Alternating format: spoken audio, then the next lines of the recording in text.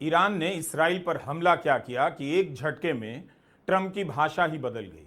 Trump को लगा कि धमकी देने से ईरान कदम खींच लेगा, अपने परमाणु ठिकाने पर हमले को सहन कर जाएगा और सेना के चोटी के कमांडरों और न्यूक्लियर साइंटिस्ट की हत्या पर चुप रह जाएगा।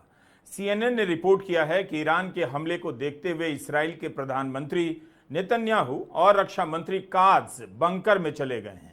इसराइल ने ईरान पर हमला कर उसके सैनिक नेतृत्व को खत्म कर दिया, लेकिन इसके बाद भी उसी दिन ईरान ने जिस तरह से हमला किया है कम भयावह नहीं। भले ही ईरान की वायुसेना मजबूत नहीं मानी जाती है, लेकिन ईरान ने अपने इरादों से इसराइल को डरा तो दिया ही होगा।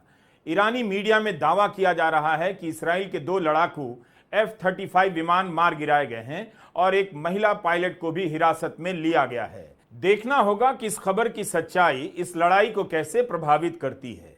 इसराइल ने इन खबरों को नकार दिया है। ईरान के साथ इस इलाके में कोई नजर नहीं आता, लेकिन इसराइल के साथ दुनिया की सारी शक्तियां खड़ी हैं। खुद ट्रंप ने कहा है कि दुनिया में सबसे खतरनाक हथियार अमेरिका बनाता है और इसराइल के पास उसके काफी सारे हथियार हैं, चलाना भी जानता है। ईरान भी यही कहता है कि इसराइल अपने दम पर नहीं, अमेरिका के दम पर खड़ा है। ईरान के सामने उसके भविष्य का सवाल है।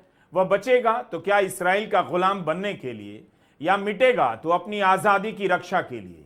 हर कोई मानता है कि ईरान इसराइल की बराबरी नहीं कर सकता, लेकिन 13 जून की रात ईरान इसराइल पर भारी पड़ता नजर आया। लेकिन अपने अस्तित्व के मिट जाने के खतरे के बीच ईरान ने जिस तरह से हमला किया है, इस युद्ध को वीडियो गेम समझकर देखने वालों को अपने हौसले से दहशत में उसने डाल दिया है। ईरान के इस्लामिक रेवोल्यूशनरी गार्ड कोर ने कहा है कि इसराइल के बर्बर शासन के हमले में कई वरिष्ठ सैन्य अधिकारियों, वैज्ञानिकों, नागरिकों और निहत्थे बच्चों की मौत हो गई। उस हमले के जवाब में हमने इसराइल के खिलाफ एक आक्रामक और सटीक जवाबी हमला किया है। ऑपरेशन ट्रू प्रॉमिस 3 के तहत दर्जनों ठिकानों पर हमले किए गए।